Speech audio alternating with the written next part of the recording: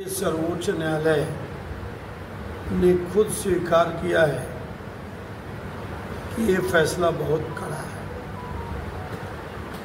लेकिन इसे मजबूरी में करना पड़ रहा है। एक न्यायिक प्रक्रिया है कि सभी पक्षों को कानूनी प्रक्रिया के तहत नोटिस दी जाती है कि सभी पक्ष आके अपना अपना पक्ष रखें। इसमें दो राज्यों के अलावा किसी भी राज्य को माननीय सर्वोच्च न्यायालय ने नोटिस नहीं दिया, उनका पक्ष नहीं सुना। आरटी एक्ट 2010 में बना था।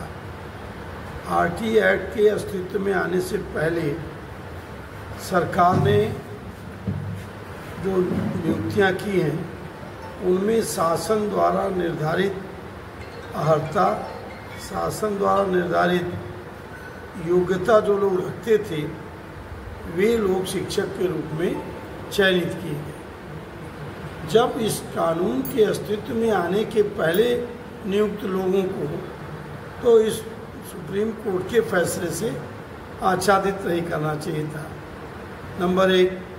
नंबर दो, सभी राज्यों की बात सुनी जानी चाहिए, वो भी नहीं किया गया। तीसरी बात, उत्तर प्रदेश में समय पर शिक्षकों का ट्रेनिंग होती रहती है, प्रशिक्षण होता रहता है।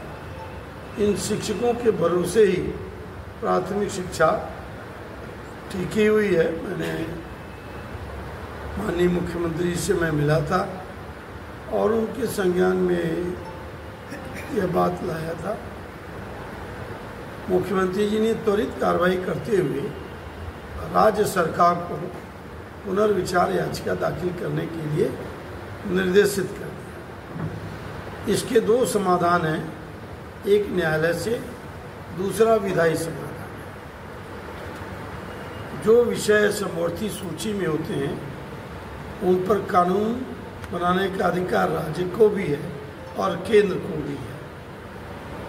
केंद्र भी 2017 में आरटी एक्ट में जो संशोधन किया है उसे नया संशोधन अधिनियम ला करके निरस्त कर सकता है, यह एक समाधान है।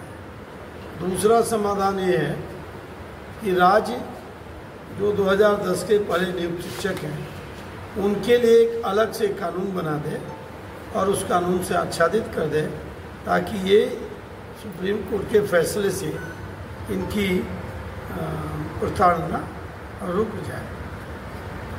इस विषय पर हम स्वयं अपनी टीम के साथ सुप्रीम कोर्ट जाएंगे और 25 सितंबर को माननीय सर्वोच्च न्यायालय में शिक्षकों की तरफ से मैं इसमें पुनर्विचार याचिका दाखिल करूंगा। सरकार प्राथमिक शिक्षकों के साथ है, शिक्षकों के साथ खड़े हैं।